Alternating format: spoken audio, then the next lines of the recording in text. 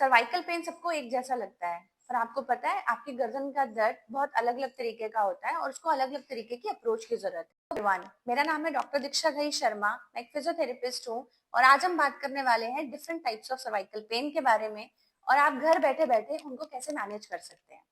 पहले पेन की बात कर रहे हैं, वो है पोस्चरल पेन, जिसमें जैसे कि हम फोन ज्यादा यूज करते हैं या लैपटॉप वगैरह ज्यादा यूज करते हैं, उसको हम गर्दन झुका के ऐसे फॉरवर्ड करके बैठते हैं, ठीक है ना। तो उसकी वजह से आपका पोस्चर बहुत ज्यादा खराब हो जाता है, आसपास की मसल्स टाइट हो जाती है, उसकी वजह से भी आपको पेन हो सकता है। सेकेंड पेन आता है आपका नर्व कंप्रेशन पेन, जो कि लोगों को आजकल पता ही नहीं चलता है कि हो क्यों रहा है। अगर आपको कोई भी गर्दन से लेके पूरी बाजू तक या हाथों तक कोई भी नमनेस आ रही है, कोई भी दर्द है, तो इट मीन्स आपका नर्व कंप्रेशन पेन है। आपको किसी नियर बाय ऑर्थो या फिजियोथेरेपिस्ट को कंसल्ट करना चाहिए। तीसरे पेन की अगर हम बात करें तो वो होता है joint stiffness pain. Joint stiffness pain जो होता है वो कई बार इन्फ्लेमेटरी चेंजेस की वजह से भी होता है कि आप कोई ब्लड टेस्ट करा सकते हैं, एंकाइलोजिंग स्पॉन्डिलाइटिस हो सकता है, उसकी वजह से भी हो सकता है।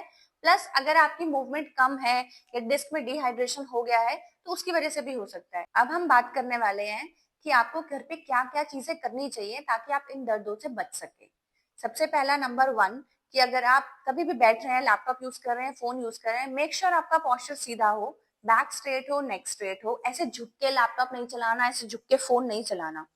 नंबर टू, आपने कभी भी अगर आपको लगता है कि आप आधा घंटा या पौना घंटा या ज्यादा देर तक लैपटॉप पे या फोन पे काम कर रहे हैं या किसी एक पोजीशन में बैठ रहे हैं, मेक श्योर कि आप बीच बीच में स्ट्रेच ब्रेक्स लें। स्ट्रेच ब्रेक्स के लिए आपको नेक की अपनी सारी मूवमेंट्स करनी है। Like for example, back straight करके ईयर टू शोल्डर लेके जाएंगे लाइक दिस, इसको होल्ड करके रखेंगे for 10 seconds, then relax. Same चीज आप ऑपोजिट कर सकते हो। देन रोटेशंस, लेफ्ट राइट दोनों, देन बैकवर्ड बेंड्स। ये आप सारी मूवमेंट्स अगर आधे पौने घंटे के बाद अगर बीच बीच में करते रहेंगे तो आपकी नेक की जो मसल्स हैं वो रिलैक्स रहेंगी, स्टिफ नहीं होंगी।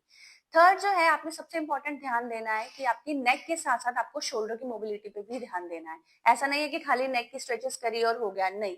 आपने शोल्डर की proper rotatory movements like clockwise and anticlockwise 15 से 20 बार बीच बीच में करते रहना। हम जो बात करने वाले हैं that is very important topic, जिसमें आपको ये जानना बहुत जरूरी है कि क्या आपको गर्दन के पेन में नहीं करना चाहिए।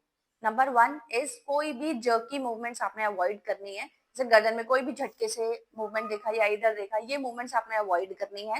नंबर टू, कभी भी हैवी पिल्लो यूज नहीं करना है। कुछ लोग क्या करते हैं, ऊंचा पिल्लो ले लेते हैं या ज्यादा नीचा पिल्लो ले लेते हैं, वो नहीं करना है। मेक श्योर आपका पिल्लो जो है वो अलाइंड हो, आपके ऑक्सीपिट और आपका शोल्डर एरिया एक लेवल पे हो जब भी आप लेट रहे हो। नंबर थ्री, कभी भी फोन अगर लैपटॉप अगर आप यूज कर रहे हो, मेक श्योर लंबे टाइम तक यूज ना करो, बीच बीच में स्ट्रेच ब्रेक्स लो, एक्सरसाइजेस करो। लास्टली सबसे इंपॉर्टेंट जो है, अगर आपकी बाजू में, शोल्डर में, हाथों में कोई भी नमनेस आ रही है, टिंगलिंग हो रही है, प्लीज उस साइन को इग्नोर ना करें, अपने नियर बाय फिजियोथेरेपिस्ट को कंसल्ट करें।